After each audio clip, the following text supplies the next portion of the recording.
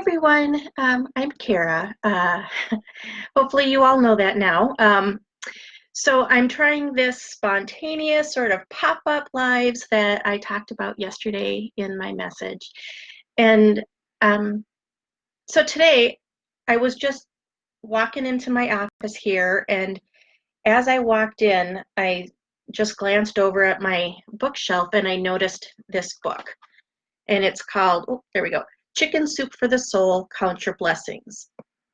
And this is a book that I gave to my grandpa for Christmas in 2009.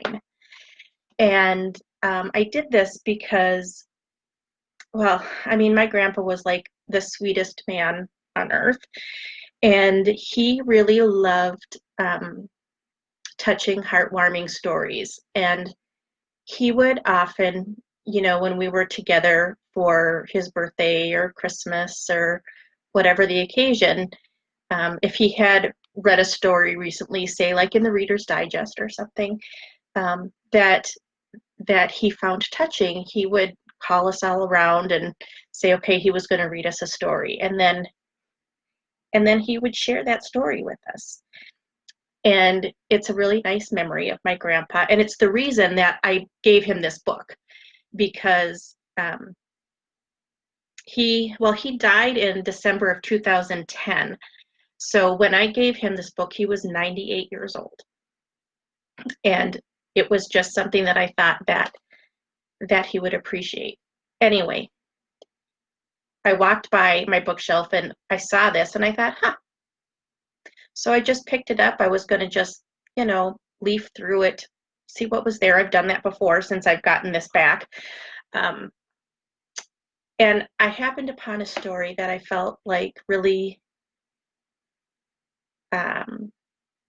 really worked with my message to you and to connecting with our kids. And I just wanted to share it. So it's not terribly long, but I am going to read it to you.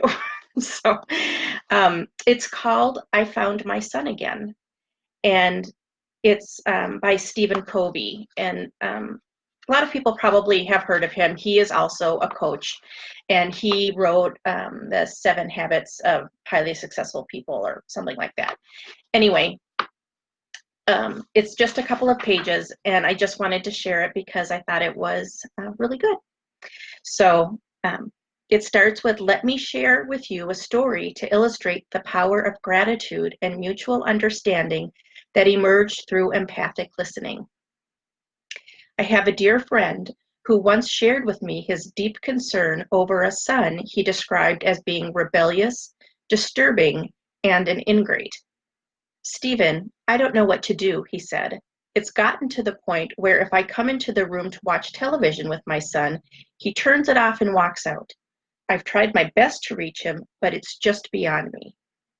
At the time, I was teaching some university classes around the 7 habits. I said, why don't you come with me to my class tonight? We're going to be talking about habit 5, how to listen empathically to another person before you attempt to explain yourself. My guess is that your son may not feel understood. I already understand him, he replied, and I can see problems he's going to have if he doesn't listen to me. Let me suggest that you assume you know nothing about your son. Just start with a clean slate. Listen to him without any moral evaluation or judgment. Come to class and learn how to do this and how to listen within his frame of reference. So he came, thinking he understood after just one class. He went to his son and said, I need to listen to you.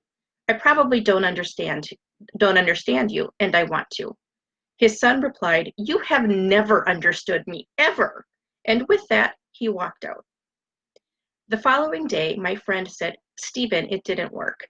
I made such an effort, and this is how he treated me. I felt like saying, you idiot, aren't you grateful for what I've done and what I'm trying to do now? I really don't know if there's any hope. I said, he's testing your sincerity. And what did he find out? He found out that you really don't want to understand him. You want him to shape up. He should, the little whippersnapper, he replied. He knows full well what he's doing to mess things up. I replied, look at the spirit inside you now. You're angry and frustrated and full of judgments. Do you think you can use some surface level listening techniques with your son to get him to open up? Do you think it's possible for you to talk to him or even look at him without somehow communicating all those negative things you're feeling deep inside? You've got to do much more private work inside your own mind and heart. You'll eventually learn to appreciate him and to love him unconditionally, just the way he is, rather than withholding your love until he shapes up. On the way, you'll learn to listen within his frame of reference, and if necessary, apologize for your judgments and past mistakes, or do whatever it takes. My friend caught the message. He could see that he had been trying to practice the technique at the surface, but was not dealing with what would produce the power to practice it sincerely and consistently, regardless of the outcome.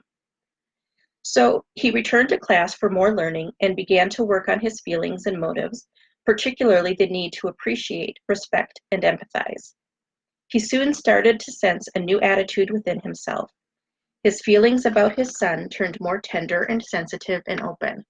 He became profoundly grateful for his son simply because he sincerely wanted to understand and appreciate him.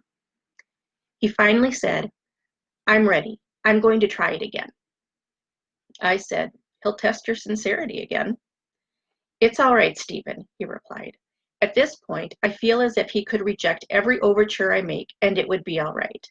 I would just keep making them because it's the right thing to do and he's worth it. I feel so grateful for him and for the hard learning." That night, he sat down with his son and said, "I know you feel as though I haven't tried to understand and appreciate you, but I want you to know that I am trying and will continue to try." Again, the boy coldly replied, "You have never understood me." He stood up and started to walk out, but just as he reached the door, my friend said to his son, "Before you leave, I want to say that I'm really sorry for the way I embarrassed you in front of your friends the other night." His son whipped around and said, "You have no idea how much that embarrassed me."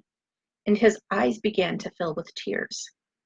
"Stephen," he said to me later, "all the trainings and encouragement you gave me did not even begin to have the impact that uh, the impact of that moment when I saw my son begin to tear up. I had no idea he even cared that he was that vulnerable. For the first time, I really wanted to listen. My gratitude grew immensely." And listen he did. The boy gradually began to open up. They talked until midnight, and when his wife came in and said, "It's time for bed," his son quickly said, "We want to talk, don't we, Dad?" They continued to talk until early morning hours. The next day in the hallway of my office building, my friend, with tears in his eyes, said, "Stephen, I found my son again." As my friend discovered, there are certain fundamental principles that govern in all human interactions, and living in harmony with those principles or natural laws is absolutely essential for quality family life. In this situation, for example, the principles my friend had been violating were the basic principles of gratitude, empathy, and respect. The son also violated them. But this father's choice to live in harmony with that principle, to try genuinely and empathically listen to and understand his son, dramatically changed the entire situation. The son felt so grateful for his father and for the understanding they achieved. You change one element in any chemical formula and everything changes. Exercising the principles of gratitude, empathy, and respect, and being able to genuinely and empathically listen to another human being are among the habits of highly effective people in any walk of life. Can you imagine a truly effective individual who would not respect and appreciate others, or who would not deeply listen and understand? I just thought that was really powerful. I hope you enjoyed it too. But so many good points about, where our kids' behavior is coming from and where our reactions are coming from and how to connect with our kids. And and for me, it speaks of the power of coaching. because that work that his friend did, that's the kind of work that I can help you with.